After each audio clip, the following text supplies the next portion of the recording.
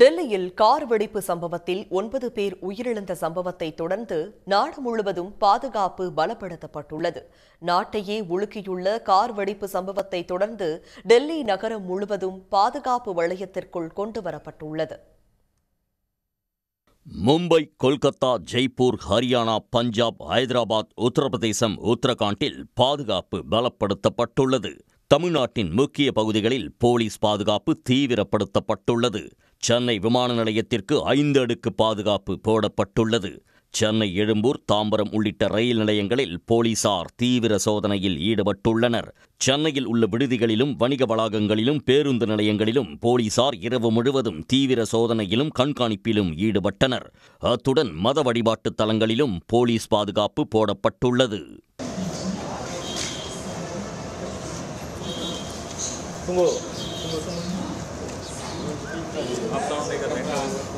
क्या स्पीकर है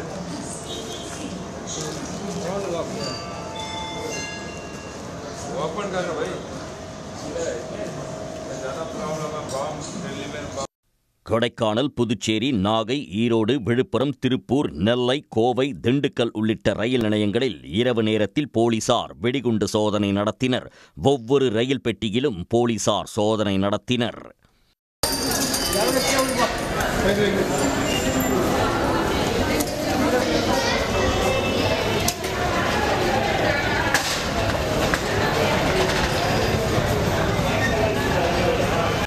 இதற்கிடையே இந்தியாவில் தங்கியுள்ள தங்கள் நாட்டு குடிமக்கள் பாதுகாப்பாக இருக்குமாறு டெல்லியில் உள்ள தூதரகம் மூலம் அமெரிக்கா முன்னெச்சரிக்கை விடுத்துள்ளது. ஜப்பான், அர்ஜென்டினா, இங்கிலாந்து நாடுகளின் தூதர்கள் இறந்தவர்களின் குடும்பங்களுக்கு இரங்கல் தெரிவித்துள்ளனர். மறுபுறத்தில் டெல்லியில் நிகழ்ந்த சம்பவத்தை சட்டவிரோத நடவடிக்கைகள் தடுப்புச் சட்டத்தின் கீழ் வழக்கு பதிந்து டெல்லி போலீசாரும் விசாரணையை தொடங்கியுள்ளனர். இதற்கிடையே டெல்லி விவகாரம் தொடர்பாக விசாரணை நடத்த வேண்டும் என்று காங்கிரஸ் கட்சியின் செய்தி தொடர்பாளர் பவன் கேரா வலியுறுத்தி உள்ளார். உடனுக்குடன் செய்திகளை தெரிந்து கொள்ள சன் நியூஸ் பெல் ஐகானை கிளிக் பண்ணுங்க.